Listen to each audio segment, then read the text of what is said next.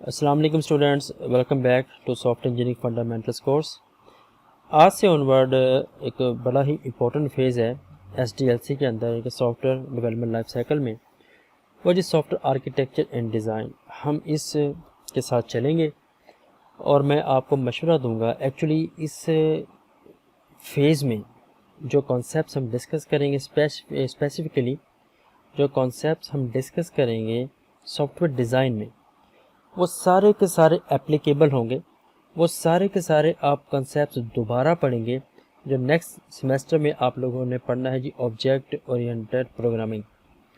वहाँ पे इन कंसेप्ट्स की अंडरस्टैंडिंग और अंडरस्टैंडिंग के बाद इन कंसेप्ट्स की इम्प्लीमेंटेशन, मतलब इन कंसेप्ट को आपने कोड करना है।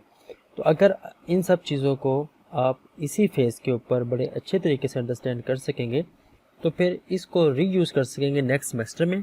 और बहुत से स्टूडेंट्स को जो प्रॉब्लम आते हैं वो आपके नहीं रहेंगे प्रॉब्लम्स, अगर आप अपना फोकस इंटायरली इसकी तरफ लेके आ जाए। तो लास्ट लेक्चर में हम लोगों ने सॉफ्टवेयर रिक्वायरमेंट्स इंजीनियरिंग की बात की थी। उसमें requirements engineering as a whole देखा था। उसमें से फिर हमने रिक्वायरमेंट्स की बात की थी, जिसमें हमारे पास रिक्वायरमेंट्स थी बिजनेस रिक्वायरमेंट्स, यूज़र रिक्वायरमेंट्स थी, फंक्शनल एंड नॉन फंक्शनल थी। फिर हमने कहा था जी कुछ क्वालिटी एट्रीब्यूट्स हैं, उसके डिस्कशन किया था। फिर हम आगे चले गए थे रिक्वायरमेंट जनरेटिंग का प्रोसेस में, जिसमें एलिस्टेशन था, एनालिसिस था, स्पेसिफिकेशन था और वैलिडेशन था। Excuse me. तो आज के इस लेक्चर में हमने डिस्कस करनी है दो चीज़ें। पहली चीज़ ये डिस्कस करनी है software architecture as a whole ये क्या है, और दूसरे नंबर पर एक आर्किटेक्चर में जो नॉन फंक्शनल रिक्वायरमेंट्स हैं, जो हमारा फोकस होना चाहिए इस फेज़ में, वो क्या हैं, उनको डिस्कस करेंगे। और फिर इन एट्रीब्यूट्स को, इन नॉन फंक्शनल रिक्वायरमेंट्स को हम आगे नेक्स्ट लेक्चर से हम लोग आर्किटेक्चर स्टाइल्स को डिस्कस करेंगे। तो यहाँ पे 3 से 4 आर्किटेक्चर स्टाइल्स को हम डिस्कस करेंगे, तो सबको तो नहीं कर सकते।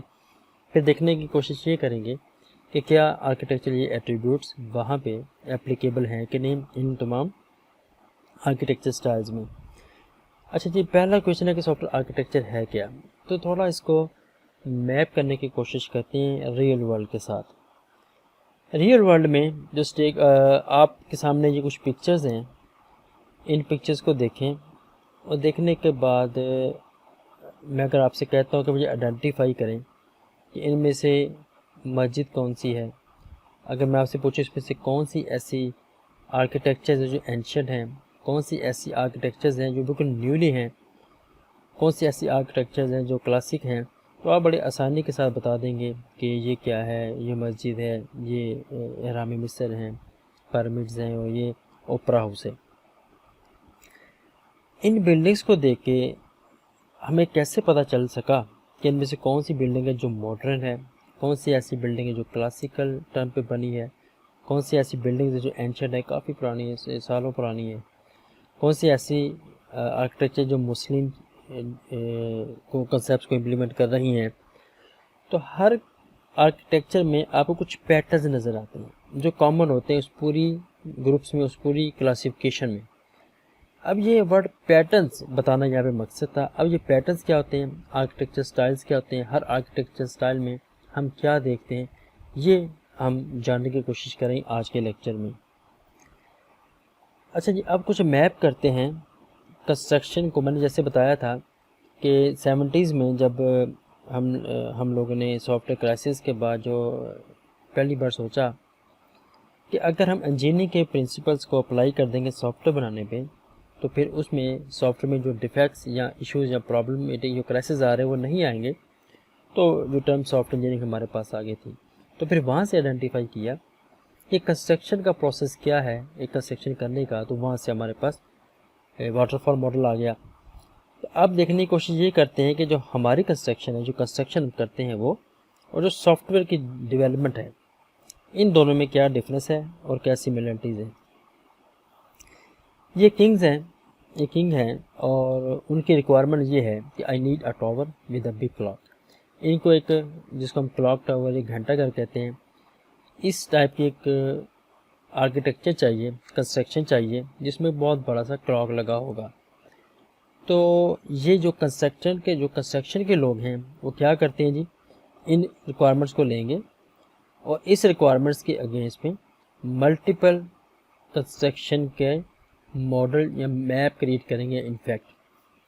अच्छा अब जो एक ये स्टेक होल्डर हमारे पास जो किंग है वो इन तमाम बिल्डिंग्स को देखेगा, इसको एनालिसिस करेगा और requirement that must be fulfil.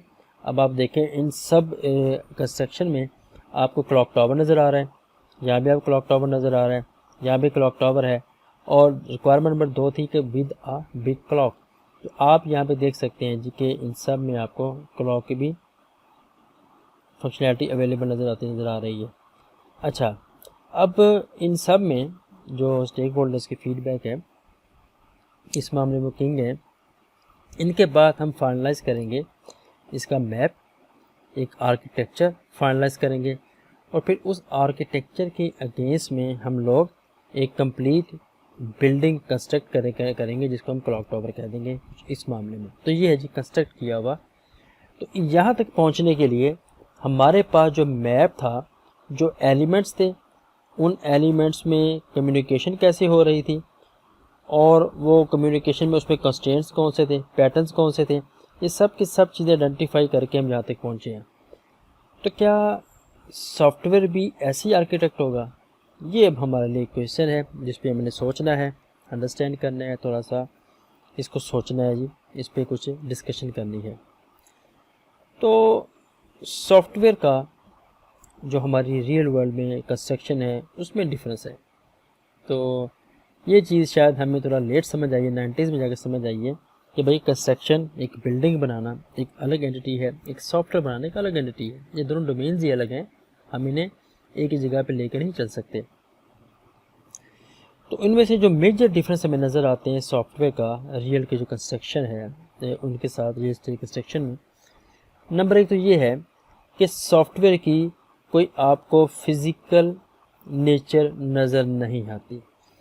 यानी कि फिज़िकली जैसे हमारे पास क्लॉक टावर है, बिल्डिंग्स है, जैसे आईटी सेंटर है, आपको इसमें एक फ़िज़िकल किस्म की कंस्ट्रक्शन का ऑर्डर नज़र आएगा। ठीक है, इसके फाउंडेशन होगी, फाउंडेशन के ऊपर आपके पास दीवारें होंगी, दीवारों के ऊपर छत होगी, इसके बाकी जो जितना भी हमारा कंस्ट्रक्शन का सॉफ्टवेयर में कोई ऐसी फाउंडेशन नहीं होती कि फाउंडेशन होगी, इसके ऊपर ब्रिक्स लगा के हम वॉल्स लेके आएंगे, वॉल्स के ऊपर हम रूफ लेके आएंगे। तो इस किस्म की चीज़ें आपको सॉफ्टवेयर में नज़र नहीं आती। तो दूसरा मतलब कहने का ये है कि सॉफ्टवेयर ये टेंजिबल नहीं है, मतलब हम इसको छू नहीं सकते। एग्जांपल है, स्टूडेंट की क्लास है, मोबाइल की क्लास है, लैपटॉप की क्लास है, हम उस क्लास को वो टेंजिबल नहीं है। टाइम की क्लास है वो टेंजिबल नहीं है, और भी ये सब चीज़ें हमारे पास ये है।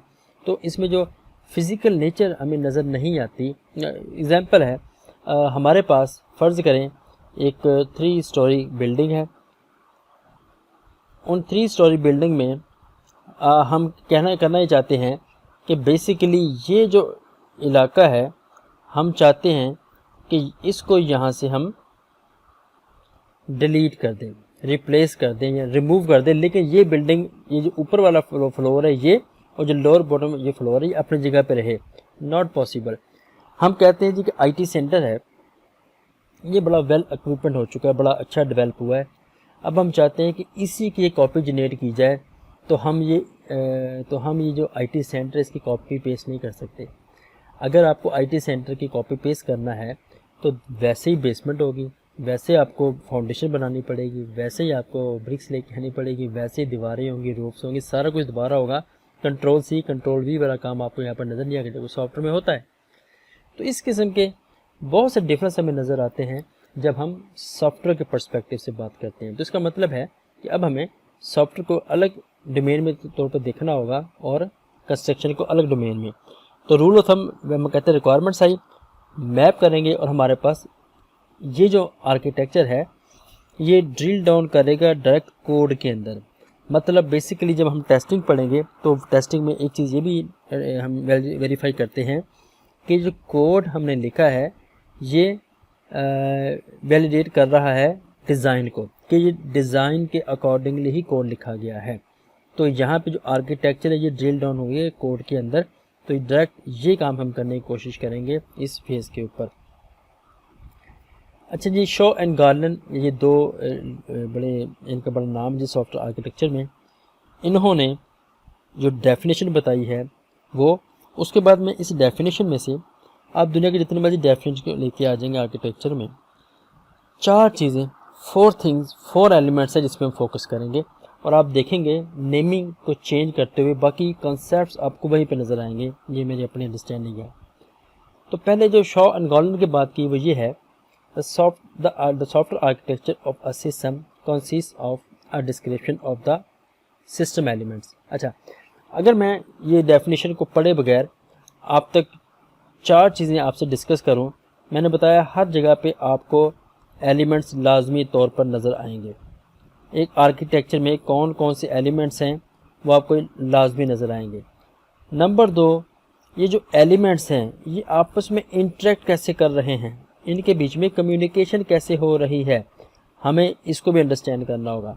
और तीसरे नंबर पर ये जो आर्किटेक्चर हमने क्रिएट की है, क्या ये कोई गाइडेड पैटर्न है। अब ये पैटर्न्स क्या होते हैं ये नेक्स्ट लेक्चर में आपको फर्दर डिटेल से आइडिया हो जाएगा। क्या ये कोई गाइडेड पैटर्न है, और डेफिनेटली तौर पर आप यहाँ पे देखेंगे कि हमारा मैक्स ज़्यादा फोकस जो होगा वो नॉन फंक्शनल रिक्वायरमेंट पे होगा। लिहाजा 4th नंबर पे जिस चीज़ को हम देखेंगे वो होगी जी कॉन्स्टेंट। तो जितनी भी डेफिनेशन आप देखेंगे उसमें तकरीबन मिला जुला के आपकी 4 चीज़ें ही नज़र आएंगी कि एक आर्किटेक्चर में कौन से एलिमेंट्स हैं, वो एलिमेंट्स जो कंपोनेंट्स आपस में कम्युनिकेट कैसे कर रहे हैं, किस पैटर्न को फॉलो किया जा रहा है, और उस पर कौन से कॉन्स्टेंट्स हैं। ये 4 चीज़ें हैं, आप माइंड में रखिएगा। अब मैं दोबारा आता हूँ डेफिनेशंस की तरफ। आई होप कि अब हम इनको मैप कर सकेंगे। The software architecture of a system consist of a description of the system elements, यानी कि सिस्टम के जो एलिमेंट्स हैं हम इसको डिस्क्राइब करेंगे। Interaction between the system elements, in elements के बीच में इंटरेक्शंस कैसे हो रहे हैं। Patterns that guided the system elements, अब इन एलिमेंट्स को किस तरह से जोड़ा जाए कि वो क्लासिकल आर्किटेक्चर बन जाए, वो मॉडर्न आर्किटेक्चर बन जाए, वो इस्लामिक आर्किटेक्चर बन जाए, वो मस्जिद की आर्किटेक्चर बन जाए, वो मंदिर की बन जाए, वो चर्च की बन जाए। किस पैटर्न्स के तहत इनको हम आपस में इंटरेक्ट करवाएं, और and the constant on the relationship between, और इनके बीच में रिलेशनशिप जो होगा। एग्जांपल है, एक क्लाइंट वेब सर्वर से कम्युनिकेट करेगा, वेब सर्वर डेटाबेस सर्वर से कम्युनिकेट करेगा। ये जो हम कॉन्स्टेंट्स की बात करते हैं तो ये भी आपको नजर आएंगे, लिहाजा पैटर्न और कॉन्स्टेंट। तो ये 4 चीज़ें आप देख सकते हैं, आपको यहाँ भी नज़र आई है। अब हम इसकी जो सेकंड डेफिनेशन उसकी तरफ आते हैं, जो कि SEI software engineering institute, software engineering institute है जी, CMU कार्नेगी मेलन यूनिवर्सिटी से। अच्छा, CI जो है CMU यूनिवर्सिटी से है। मैं समझता हूँ जी कि दुनिया के ये करता धरते हैं सॉफ्टवेयर इंजीनियरिंग डोमेन के। इस वक्त सॉफ्टवेयर में क्या अपडेशन आ रही हैं, क्या नई रिसर्च हो रही है, कौन कौन से नए प्रोजेक्ट्स हैं। अगर आप सॉफ्टवेयर इंजीनियरिंग को बिल्कुल करंट पर्सपेक्टिव से देखना चाहते हैं, with respect to development, with respect to research, आपको SEI की वेबसाइट को विजिट करना होगा। आपको देखेंगे तो आपको पता लगेगा करंटली सॉफ्टवेयर किस हद तक कम्प्लेक्स हो चुके हैं और इस वक्त करंटली इसमें क्या हो रहा है। तो इनके मुताबिक अब हम देखते हैं ये क्या कहना चाहते हैं। SEI के मुताबिक the software architecture of a program और computing system is the structure of the system which comprise software components, externally visible properties of those components and the relationship among them।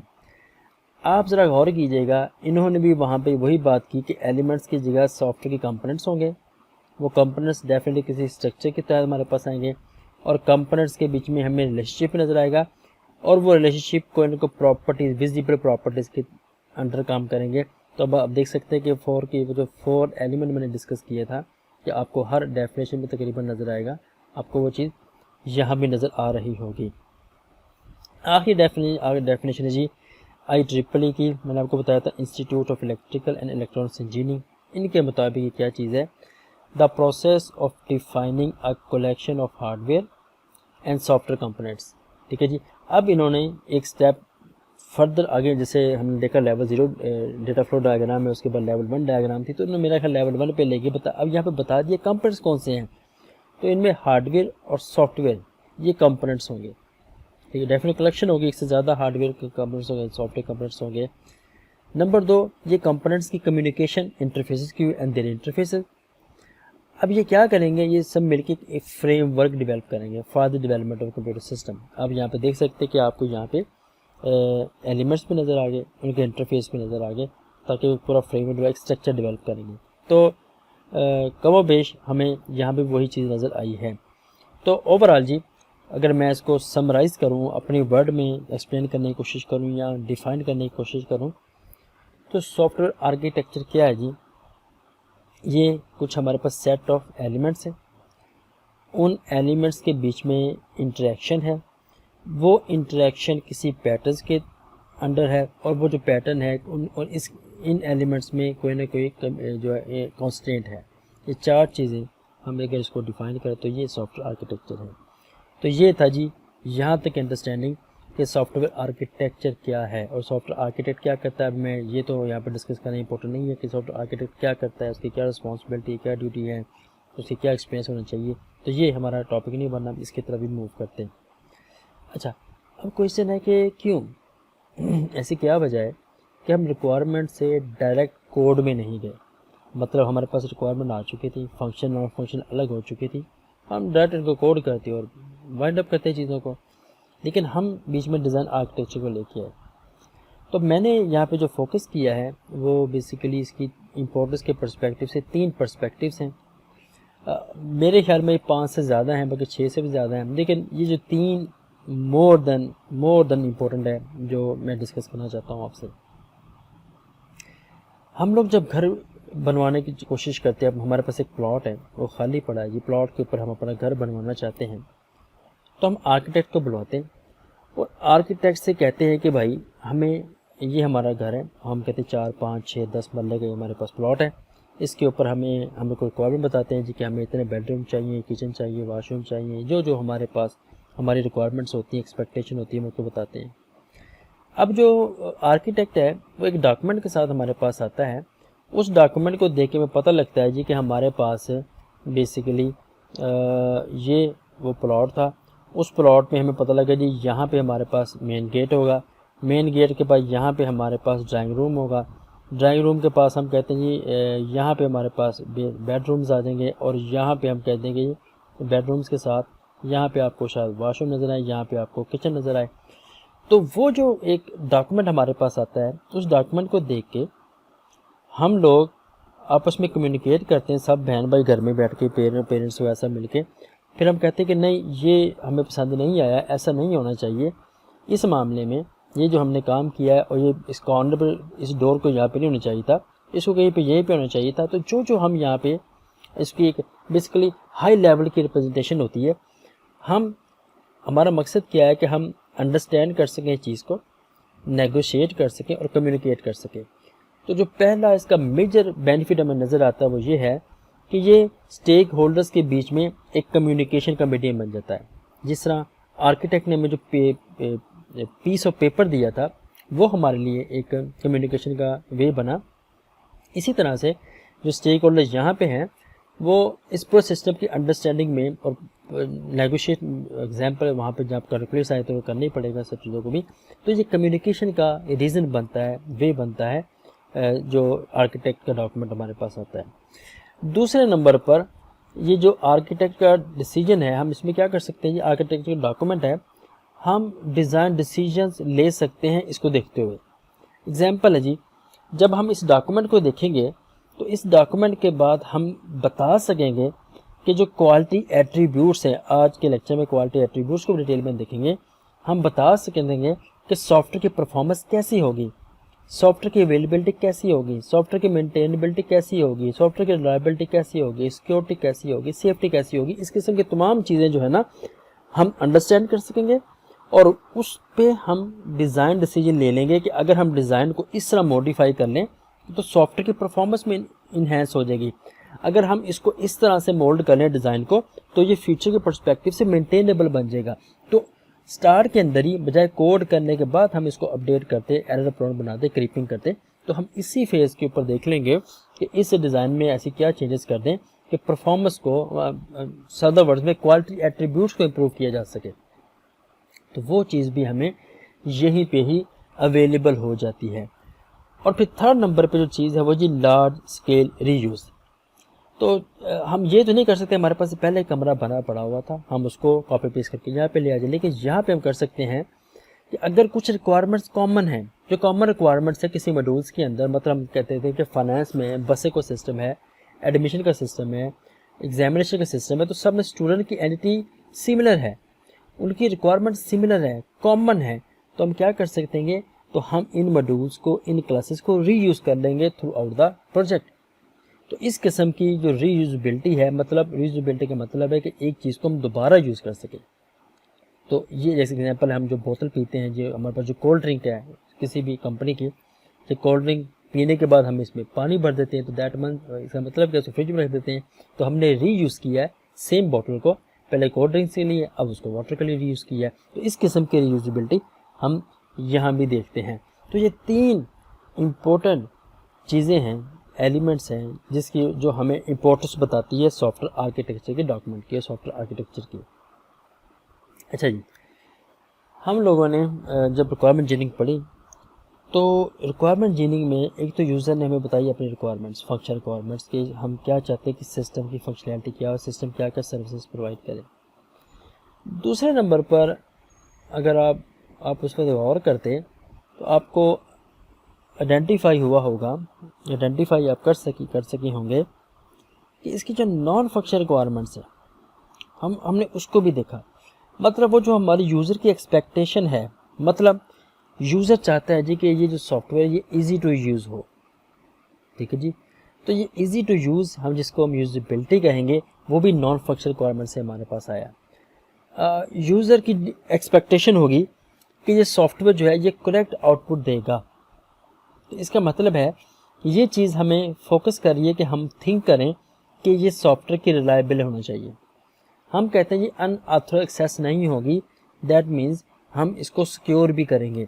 तो ये सब की सब चीज़ें किसी आर्किटेक्चर, क्योंकि हम बिजनेस रिक्वायरमेंट्स को मैप करेंगे आर्किटेक्चर में, तो अब नॉन फंक्शनल रिक्वायरमेंट्स की मैपिंग भी आपको यहाँ पे देखनी होगी। लास्ट जो 5 एट्रीब्यूट्स में 5 से ज़्यादा भी हो सकते हैं, मानिए कि 5 ही होंगे, 5 से ज़्यादा भी हैं, होंगे नहीं बल्कि हैं, लेकिन जो मेरा फोकस है वो इन 5 एट्रीब्यूट्स पे होगा। 5 एट्रीब्यूट्स को हम कंसिडर करेंगे और 5 एट्रीब्यूट्स के ऊपर हम देखेंगे कि जो आर्किटेक्चर स्टाइल्स हम लोग पढ़ेंगे इस 2-3 नेक्स्ट 2-3 लेक्चर्स में, उनमें से कौन कौन से आर्किटेक्चर स्टाइल्स इन एट्रीब्यूट्स को फॉलो करती है, कौन से एट्रीब्यूट्स को उसको मिस करते हैं, ठीक है जी। तो जो इनमें से सबसे पहला एट्रीब्यूट हमें नज़र आएगा वो जी परफॉर्मेंस है। जब किसी सॉफ्टवेयर की परफॉर्मेंस की हम बात करेंगे तो यहाँ पे लिखा है localise the operation to minimise subsystem communication, मतलब आप ऑपरेशन को मिनिमाइज करें ताकि जो सिस्टम के अंदर जो स्मॉल सिस्टम्स हैं, एक सिस्टम को जब मैं फर्दर डिवाइड कर दूंगा उसको कहते हैं सब सिस्टम। बस एग्जांपल है, हमारे पास एक बिगर सिस्टम है, एक कार डेवलप करना। अब पूरी कार डेवलप हम कैसे करेंगे, इसको फर्दर स्प्लिट डाउन करेंगे सब सिस्टम्स में। एक उसमें इंजन का सिस्टम होगा, बॉडी का सिस्टम होगा, ब्रेकिंग का सिस्टम होगा, फ्यूलिंग का सिस्टम होगा, इलेक्ट्रिसिटी का सिस्टम होगा। आगे हम फर्दर बॉडी के सिस्टम को सब सिस्टम में डिवाइड करेंगे। तो इस तरह से ये जो अगर इनके बीच में कम्युनिकेशन को मिनिमाइज कर दिया गया तो परफॉर्मेंस बढ़ जाएगी।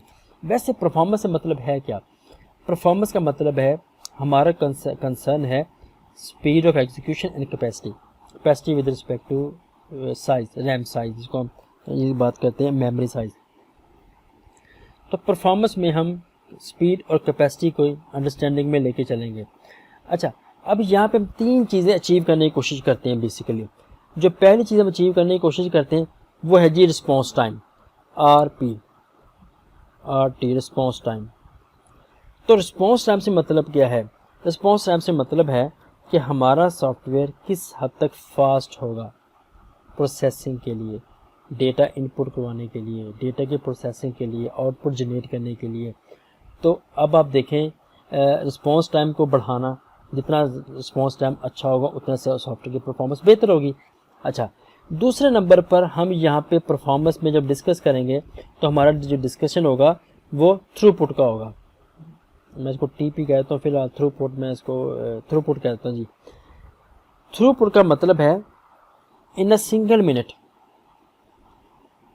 कितनी रिक्वेस्ट है जो कि हैंडल करेगा हमारा सिस्टम। एग्जांपल है जो फैसलाबाद बोर्ड का जो सिस्टम है, जैसे रिज़ल्ट आएगा तो हम देखेंगे कि भी 1 मिनट में कितने रिक्वेस्ट आई हैं रिज़ल्ट देखने की। हमारा सिस्टम, हमारा सॉफ्टवेयर, हमारा जो वेब सर्वर है वो कितने स्टूडेंट्स को 1 मिनट में रिस्पॉन्ड देगा, उनकी रिक्वेस्ट को फुलफ़िल कर देगा। तो यहाँ से उसके थ्रूपुट की हमें अंडरस्टैंडिंग हो जाएगी।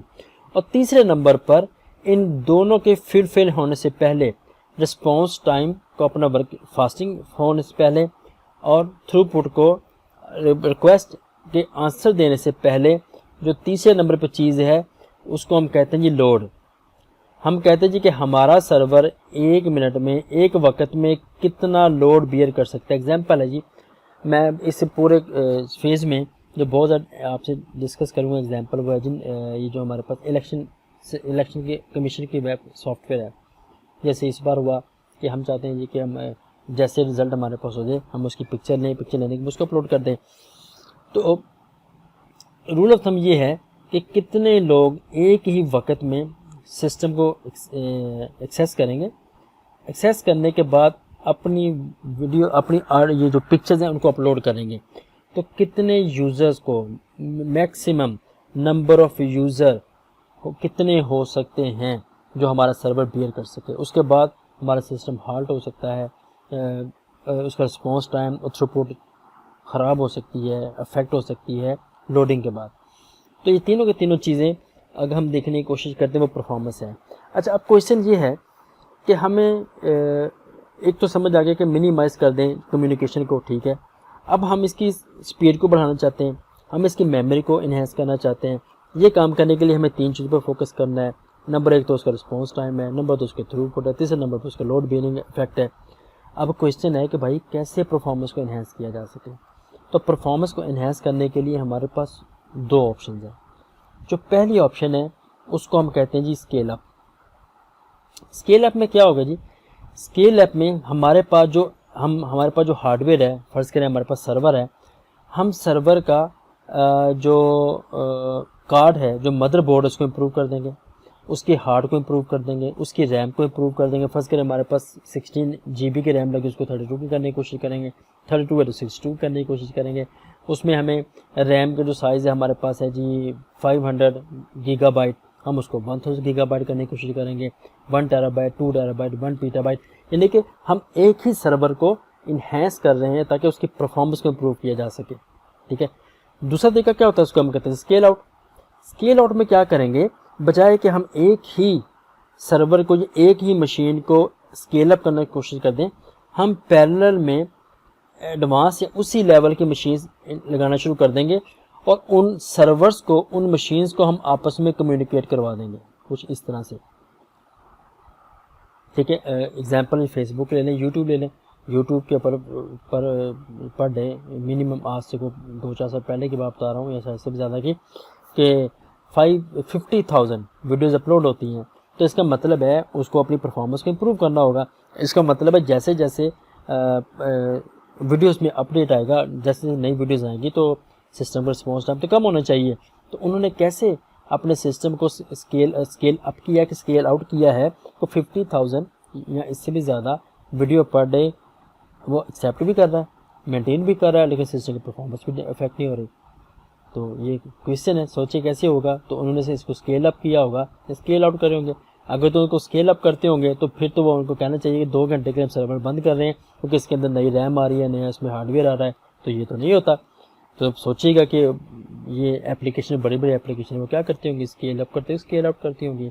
तो मीन्स से कि सॉफ्टवेयर को परफॉर्मेंस देखी जाएगी इस लेवल के ऊपर। दूसरे नंबर पर जी सिक्योरिटी। सिक्योरिटी को मैं अगर सिंपल वर्ड में बताऊं तो वो ये है कि एक्सेस, कि जो हमारे सॉफ्टवेयर को अनऑथोराइज एक्सेस हो रही है। अब उन अनऑथोराइज एक्सेस के केस में हम 2 चीज़ें देखेंगे। जो पहली चीज़ है उसको मैं कहता हूँ आई का मतलब है इम्यूनिटी। मतलब जैसे इस वक्त कोरोना के चक्कर में हम देख रहे हैं कि इंसान की अगर इम्यूनिटी अच्छी है, इम्यून पावर अच्छी है, तो उसको ये चीज़ ज़्यादा प्रॉब्लमेटिक नहीं करेगी, बिल्कुल नहीं करेगी। तो ये इम्यूनिटी हमें ये आर्किटेक्चर लेवल पे भी देखनी पड़ेगी कि बहुत से लोग हैं, हैकर्स हैं, वो अनऑथराइज्ड एक्सेस कर रहे हैं हमारे सिस्टम को, अटैम्प्ट कर रहे हैं, हैकिंग का प्रॉब्लम करने की कोशिश करेगा, अनऑथराइज्ड एक्सेस की अटैम्प्ट कर रहे हैं, हमारा सिस्टम आगे से बेयर कर रहा है और ये एक्सेस होने नहीं दे रहा। तो इसका मतलब जितना ये अच्छा परफॉर्म, इसका मतलब है सिस्टम में हमारे इम्यूनिटी का फैक्टर है। दूसरे नंबर पर रेजिलियंस, इसको हम कहते हैं। रेजिलियंस के अंदर मैं इसको आर फिलहाल लिया जाता हूँ। तो रेजिलियंस में हम क्या करने की कोशिश करते हैं कि अगर कोई ऐसा अटैक हो जाए, कोई ऐसा अनऑथराइज्ड एक्सेस हो जाए, अटैक हो जाए, तो हमारा सॉफ्टवेयर क्विकली रिकवर भी कर ले स्टेट से। तो दोनों की चीज़ें हम सिक्योरिटी के पर्सपेक्टिव से देखेंगे और बेसिकली हम आगे जाके पढ़ेंगे लेयर्ड आर्किटेक्चर स्टाइल सॉफ्टवेयर को, मॉड्यूल्स को, सब सिस्टम को लेयर्स में लेके जाएं। ठीक है जी। तो इसमें जो सबसे इनर लेयर होगी, लेयर्स में से जैसे प्याज की एग्जांपल ले लें, तो रूल ऑफ थंब क्या होगा, जो प्याज है उसकी सबसे अंदर वाली जो लेयर होगी वो सिक्योरिटी की लेयर होगी, जो सबसे बाहर वाली लेयर होगी वो यूज़र इंटरफेस की लेयर होगी। तो सिक्योरिटी के लिए हम क्या करेंगे, सबसे इनर लेयर्स को यूज़ करेंगे क्रिटिकल एसेट्स के लिए। अच्छा, अगर सिक्योरिटी को देखा जाएगा तो हम इसको 3 हिसाब से देखेंगे, C, I एंड A। जो C से मतलब है कॉन्फिडेंशियलिटी। तो कॉन्फिडेंशियल में क्या है कि सिर्फ ऑथोराइज यूज़र ही किसी इंफॉर्मेशन को रीड कर सकते हैं। अगर ये पाकिस्तान आर्मी के लिए सॉफ्टवेयर डेवलप हुआ है या किसी भी आर्मी के लिए सॉफ्टवेयर डेवलप हुआ है, किसी मिलिट्री के लिए है, तो सिर्फ उस इंफॉर्मेशन तक मिलिट्री के लोग जिनको एक्सेस है, सिर्फ ऑथोराइज है, सिर्फ उनको ही वो एक्सेस मिलेगी। इसे कहते हैं कॉन्फिडेंशियलिटी। दूसरे नंबर पे इंटीग्रिटी आ जाती है। तो इंटीग्रिटी का मतलब क्या है कि डेटा की जो शेप है उसको हम डेटा को मॉडिफाई करना चाहते हैं, एडिट करना चाहते हैं, डिलीट करना चाहते हैं, ओके, लेकिन ये काम सिर्फ ऑथोराइज यूज़र ही कर सकेंगे। एक बाहर से बंदा आके मेरे बैंक अकाउंट में जाके उसको मॉडिफाई नहीं कर सकता, उसको एडिट नहीं कर सकता, डिलीट नहीं कर सकता। तो बैंकिंग सिस्टम में इंटीग्रिटी होती है, मतलब जिन लोगों को ऑथोराइज किया गया है कि वो मेरे अकाउंट में चेंज कर सकते, किसी अकाउंट में चेंज कर सकते हैं, वो अगर ये सिर्फ वही बंदे इसमें चेंज कर सकें तो हम कह सकते हैं जी कि ये आर्किटेक्चर में इंटीग्रिटी का भी ऑप्शन अवेलेबल है, इंटीग्रिटी इसमें अवेलेबल है। और उसके बाद अवेलेबिलिटी है। अवेलेबिलिटी का मतलब है कि राइट इन्फॉर्मेशन राइट टाइम पे अवेलेबल भी हो। मतलब मैं अपना रात 3 बजे मैं अपना बैंक अकाउंट चेक करना चाहता हूँ तो मुझे मेरी इन्फॉर्मेशन राइट टाइम अवेलेबल होनी चाहिए। ठीक है, डेफिनेटली ये हर कंट्री की इंपॉर्टेंस है। तो ये तीनों चीज़ों को जो हम मिला देंगे तो फिर हमारे पास सिक्योरिटी का एलिमेंट हमारे पास आ जाएगा। तो आई होप कि अब ये सिक्योरिटी को भी आपकी अंडरस्टैंडिंग में आ गई होगी। फिर हम चलते हैं सेफ्टी। अब सेफ्टी में क्या करते हैं कि हमारे पास डिफरेंट कंपोनेंट्स होंगे। हम कहना क्या चाहते हैं कि कुछ ऐसे, जैसे एग्जांपल है कि हम इसमें करना एग्जांपल ये है कि हमारे पास ये एक F-16 प्लेन है। अब इसमें से फ़र्ज़ करें एक ऐसा कंपोनेंट है जो कि फायरिंग का काम करता है, मतलब बॉम्ब गिराने का काम करेगा। तो अब हम क्या करेंगे, अब वो क्रिटिकल सिस्टम है तो हम क्या करते हैं उस सिस्टम को एक साइड पे उन तमाम ऑपरेशन को जो क्रिटिकल सेफ ऑपरेशंस हैं हम उनको कुछ मॉड्यूल्स में, कुछ सिस्टम में या सिंगल सिस्टम में ले जाएंगे, आइसोलेट कर देंगे बाकी आर्किटेक्चर से। क्यों? फ़र्ज़ करें खुदा ना खासा हमारी एक जंग लगती है तो हम क्या करेंगे, पता लगता है कि हमारा ये जो जहाज़ है ये F-16 जो है ये प्रॉब्लमेटिक कर रहा है बॉम्बिंग के लिए। तो हम क्या करेंगे, सिर्फ उस एक, अगर हमने इसको आइसोलेट किया होगा मेन आर्किटेक्चर से या इसको सिर्फ फ्यू कंपोनेंट्स में, फ्यू मॉड्यूल्स में या सिंगल मॉड्यूल में डिवाइड किया होगा, तो हम सिर्फ उस एक जगह पे जाएंगे, उसको मॉडिफाई करेंगे, अपडेट करेंगे, उसको दोबारा जहाज़ को चला देंगे। एग्जांपल है, जब हमें फील होता है कि गाड़ी का इंजन प्रॉब्लम कर रहा है, परफॉर्मेंस प्रॉब्लम करे, तो हम सिर्फ गाड़ी का इंजन ही ओपन करते, पूरी गाड़ी खोल के रख देते। That is safety. ठीक है, रूल ऑफ थंब क्या है, जो सेफ्टी क्रिटिकल कंपोनेंट्स हैं उनको आइसोलेट कर दें मेन आर्किटेक्चर से, जैसे कि मैंने यहाँ पे आपको इस आर्किटेक्चर में दिखाने की कोशिश की है। तो दैट इज़ सेफ्टी। तो सेफ्टी भी हमारे पास होनी चाहिए। और आखिर में तो नहीं, अभी हमारे पास है अवेलेबिलिटी।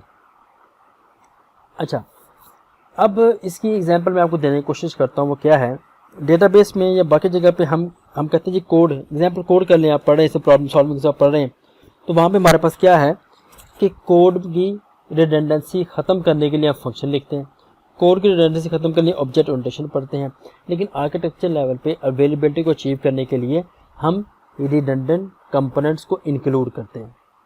एग्जाम्पल क्या है जी, एग्जाम्पल देख लेते हैं जी। वही जी इलेक्शन कमीशन का हमारे पास सॉफ्टवेयर डेवलप हो रहा है, तो हम रिडंडेंट एक सर्वर, डेटाबेस सर्वर लेके आएंगे जो कि रिडंडेंट होगा।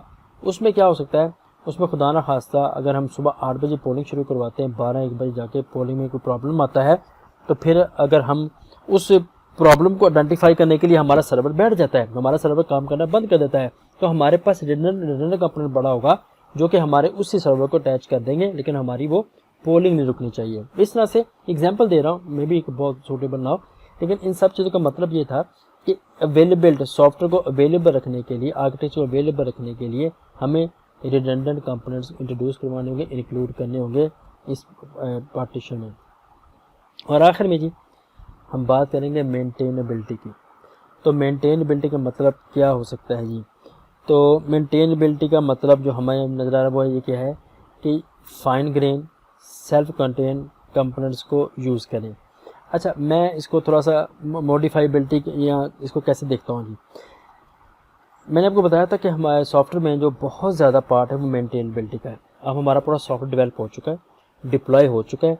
अब डिप्लॉय होने के बाद रिक्वायरमेंट में चेंज आ रहा है और हमारा सॉफ्टवेयर उसको वेलकम कह रहा है। अगर तो एग्जिस्टिंग सॉफ्टवेयर में हमें मिनिमम चेंज के साथ अकोमोडेट करें रिक्वायरमेंट्स को, तो हमारा सॉफ्टवेयर मेंटेनेबल है। अब सॉफ्टवेयर को मेंटेनेबल कैसे किया जाए, ठीक है जी।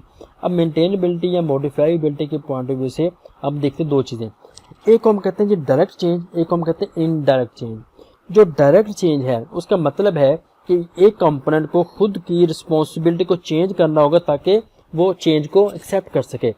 और इन डायरेक्ट चेंज का मतलब क्या होगा कि फ़र्ज़ करें हमारे पास ये है जी डायरेक्ट चेंज ए और ये है इनडायरेक्ट चेंज बी। तो डायरेक्ट चेंज में तो इसको खुद को मॉडिफाई करना होगा ताकि इस चेंज को एक्सेप्ट कर सके। इनडायरेक्ट में क्या होगा कि इसको अपनी रिस्पॉन्सिबिलिटी को तो चेंज नहीं करना होगा कि ताकि चेंज को एक्सेप्ट किया जा सके, लेकिन ये क्या करेगा, इसकी मॉडिफिकेशन की वजह से इसको जो कोड किया होगा, जो इसकी जो इम्प्लीमेंटेशन है उसको मॉडिफाई करना पड़ेगा, ठीक है। तो रूल ऑफ थंब ये है कि जैसे ही फ्यूचर में रिक्वायरमेंट्स में चेंज आना ही, मैंने आपको बताया था in software components in all software projects one thing constant that is change and clients is always right.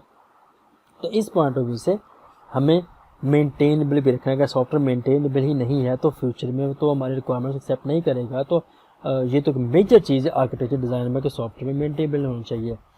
तो ये था जी हमारा आज का लेक्चर। मैं इसको अगर रिवाइज़ करूँ, आर्किटेक्चर में आप लोगों ने देखा कि हमारे पास 4 कंपोनेंट्स माइंड में रखिएगा। एलिमेंट्स, कौन कौन सी एलिमेंट्स हैं इस आर्किटेक्चर में, वो एलिमेंट्स आपस में कम्युनिकेट कैसे कर रहे हैं, इंटरेक्ट कैसे कर रहे हैं, कौन से पैटर्न्स फॉलो किए जा रहे हैं और कौन से इस पर कंस्ट्रेंट्स हैं। ये 4 चीज़ें मिला के बनता है जी सॉफ्टवेयर आर्किटेक्चर। और हमने इसमें शॉन गार्लैंड की SEI की और IEEE की हमने एग्जांपल देखी। उसके बाद हमने आर्किटेक्चर की इंपॉर्टेंस की बात की। तो मैंने कहा तो 5 से 6 इसकी इंपॉर्टेंस के फैक्टर हैं, लेकिन हमने सिर्फ 3 को डिस्कस किया। पहला क्या है कि ये आर्किटेक्चर जो डॉक्यूमेंट है, ये जो डिज़ाइन डॉक्यूमेंट है, ये कम्युनिकेशन करवा देता है स्टेक होल्डर्स के बीच में, ठीक है जी। इस कम्युनिकेशन से मकसद क्या है, इसकी अंडरस्टैंडिंग, नेगोशिएशन और इसकी फर्दर एप्लीकेशन। दूसरे नंबर पे हमने इसमें बात किया तो बताया कि डिज़ाइन डिसीजन ले सकें इस आर्किटेक्चर को देखते हुए। डिज़ाइन डिसीजन क्यों लेंगे, हम हमेशा डिज़ाइन डिसीजन लेते हैं नॉन फंक्शनल रिक्वायरमेंट्स के लिए। मतलब सॉफ्टवेयर की अवेलेबिलिटी को कैसे बेहतर किया जा सके, मेंटेनेबिलिटी को कैसे बेहतर किया जा सकता है, परफॉर्मेंस को कैसे बेहतर किया जाए, सिक्योरिटी को, सेफ्टी को, इन सब को कैसे रिलायबिलिटी को बेहतर कैसे किया जा सकता है, इन सब चीज़ों के लिए हमने डिस्कस किया था, ये काम आएगा। और आखिर में हमने देखा था कुछ ऐसे मॉड्यूल जिसमें कुछ कॉमन फीचर्स हैं, हम उसको रीयूज़ कर सकते हैं। तो ये सब के सब चीज़ें। अच्छा, अब मैंने अभी आर्किटेक्चर में हमने परफॉर्मेंस की बात की, सिक्योरिटी की बात की, सेफ्टी की बात की, अवेलेबिलिटी की बात की, मेंटेनेबिलिटी की बात की। परफॉर्मेंस में हमारा मकसद क्या था, सॉफ्टवेयर की स्पीड, ठीक है। और उसके बाद जनाब हमारे पास सेकंड नंबर पे इसमें आ जाता है सिक्योरिटी, सेफ्टी। तो इनको मैं फ़िलहाल यहाँ पे एक्सप्लेन नहीं करूँगा, आगे रिवाइज़ करने में दोबारा एक्सप्लेन कर दूँगा। और इसमें मैंने रिलायबिलिटी का डिस्कस नहीं किया, मॉडिफाइबिलिटी, ऐसे बाकी चीज़ डिस्कस नहीं की। लेकिन ये जो 5 जो चीज़ें हमारे पास है, ये मोर देन वर्थ रखती है जब हम इस कोर्स में बात करेंगे। तो ये था जी हमारा आज का lecture. I hope everything will be clear. अगर आपके माइंड में कुछ क्वेश्चन है, कोई प्रॉब्लम है, you are welcome to ask. अपना ख्याल रखिएगा जी। अंटिल नेक्स्ट लेक्चर, अल्लाह।